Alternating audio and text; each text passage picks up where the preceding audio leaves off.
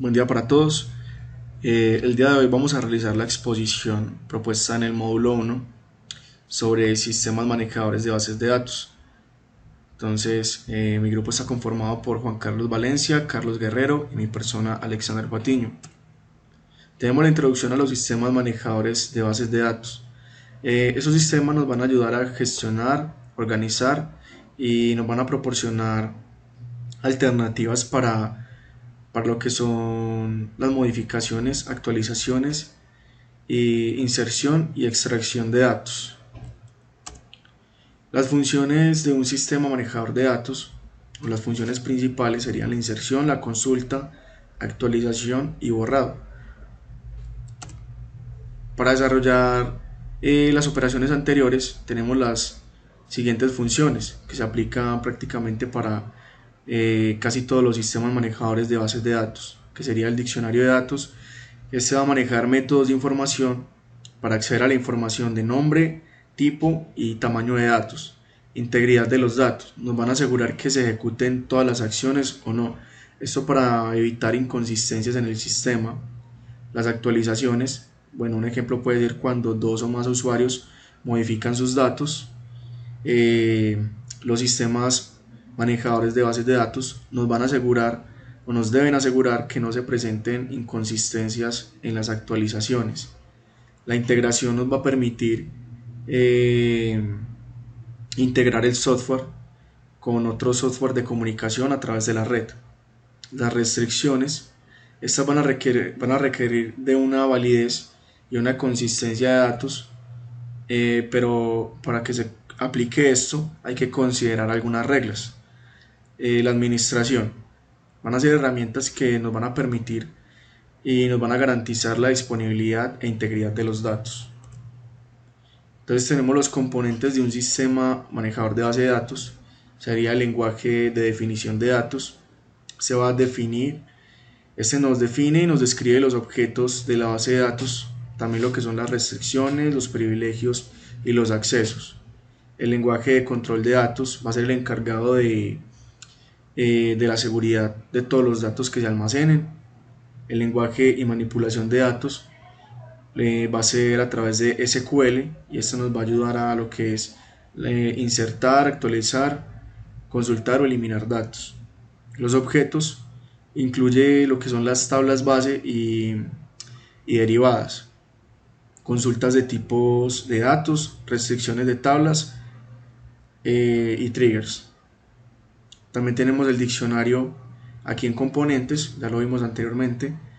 Tenemos lo que son el planificador. Esto nos va a permitir programar, realizar tareas de forma automática.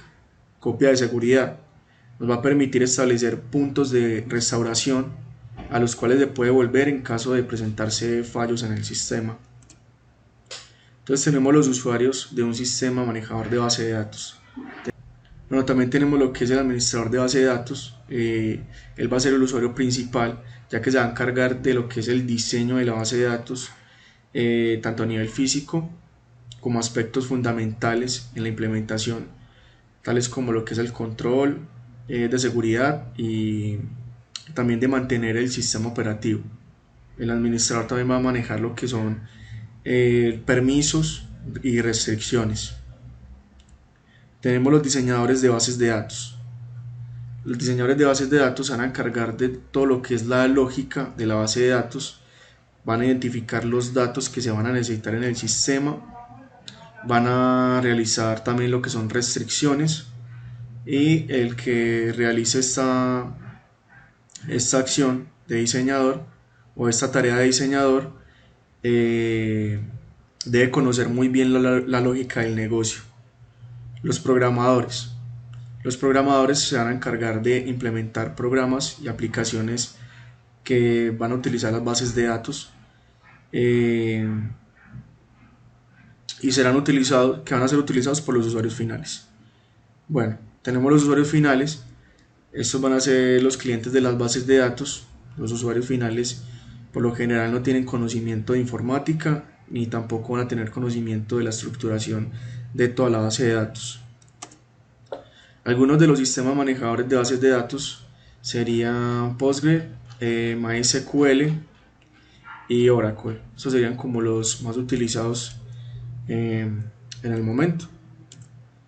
Entonces aquí tenemos lo que son la arquitectura de los sistemas de bases de datos. Tenemos, serían tres niveles. Sería el nivel físico, nivel conceptual, nivel externo o de visión. Bueno, entonces aquí podemos ver un diagrama, por decirlo de alguna manera, sobre la arquitectura de un sistema de bases de datos. Tenemos el nivel interno físico, que va a manejar los discos, el nivel conceptual, que va a manejar lo que son tablas, el nivel externo, que va a ser la vista, y por último el usuario final, que va a ingresar los datos. Procedimientos almacenados. Estos son segmentos de sentencias SQL guardadas físicamente en la base de datos. Estos procedimientos van a variar de un motor de base de datos a otro, así como va a ser el lenguaje de programación para implementarlos. Como podemos observar, aquí tenemos un esquema también de cómo funcionan los procedimientos almacenados. Entonces tenemos aquí que los procedimientos almacenados se guardan en la base de datos SQL Server, están en un formulario web y pasan a un cliente, entonces están en constante movimiento. Eso lo que va a hacer es que nos va a permitir devolver registros, devolver un valor o realizar alguna acción. Ventajas de los procedimientos almacenados: ayudan a aumentar el rendimiento de las aplicaciones, ayudan a reducir el tráfico de la aplicación y el servidor de base de datos. Los procedimientos almacenados también, una de sus ventajas son que son reutilizables y pueden ser accedidos por varias aplicaciones.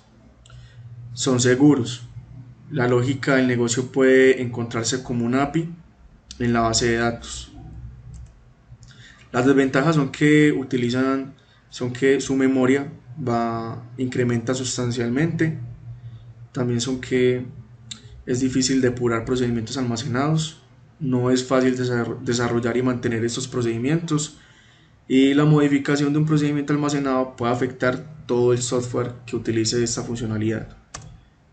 Por último tenemos los triggers o disparadores. Estos son procedimientos que se ejecutan automáticamente cuando se cumple una condición o evento establecido. Podemos ver un ejemplo, que es cuando se define una condición en la cual, si se modifica una tabla a través de procedimientos de inserción, actualización o eliminación, se dispara un procedimiento para ejecutar la acción. También tenemos que la diferencia de un trigger con un procedimiento almacenado es que estos no pueden ser invocados directamente, ya que solo se ejecutan dependiendo de un evento definido. En general, bueno, los triggers son usados para mantener la integridad de los datos y no se utilizan para obtener resultados de consultas. Bueno, no siendo más, agradezco el tiempo prestado por ustedes y que tengan un excelente día.